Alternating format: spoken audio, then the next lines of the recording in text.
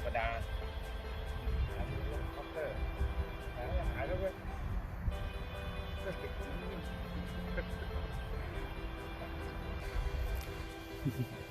ตั้งเล่นไหมพี่ ตั้งร่มครับ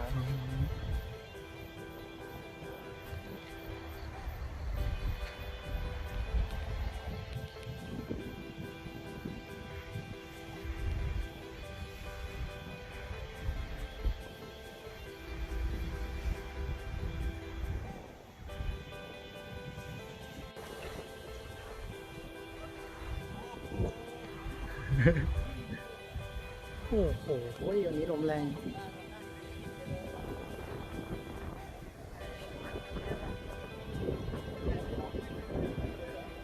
ลมแรงมากๆวันนี้ เนี่ยเขาเข้าไปตรงเนี้ยลมมันแรงนะพอมันถึงซึบลมมันออกข้างมันแรงไง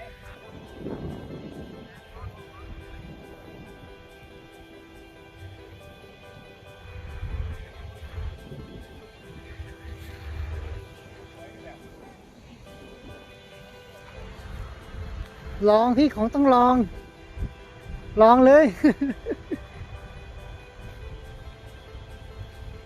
ลมแรงมากครับวันนี้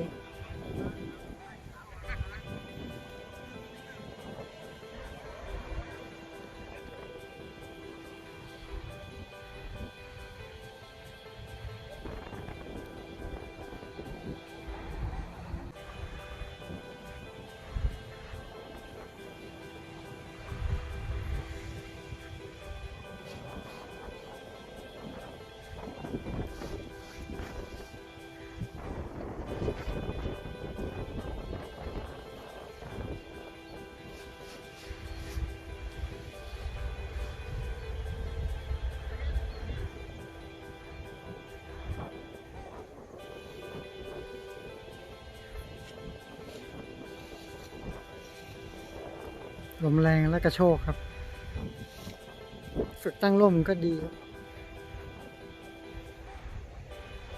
เราจะได้ทักษะในการแก้ร่ม แก้ไขร่ม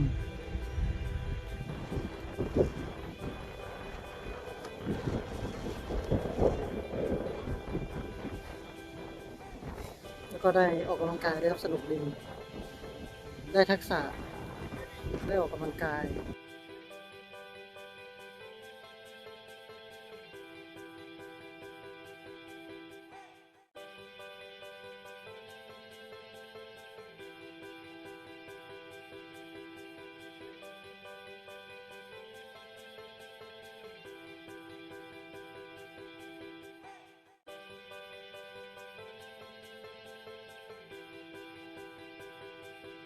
เ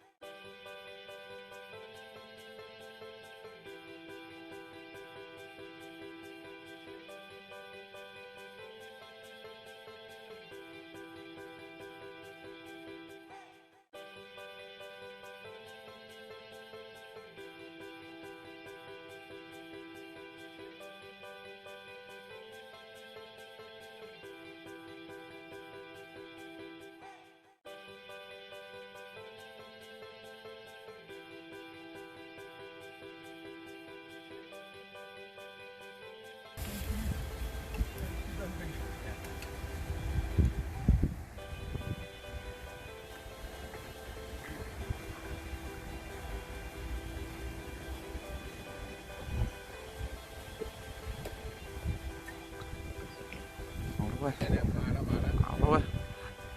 เด็กกลัวอีกอ่ะครับ เล่นสกีเลยเว้ยเล่นสกีเลยทีเนี้ยจะคุมร่มเก่งจาน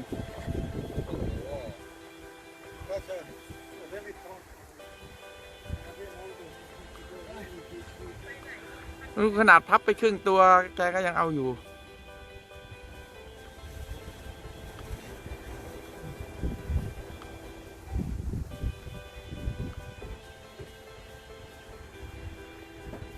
Daddy, see you, boss dog,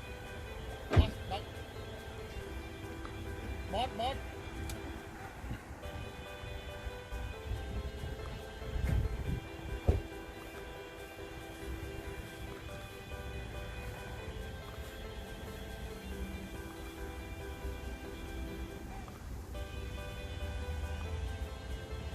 โอ้โห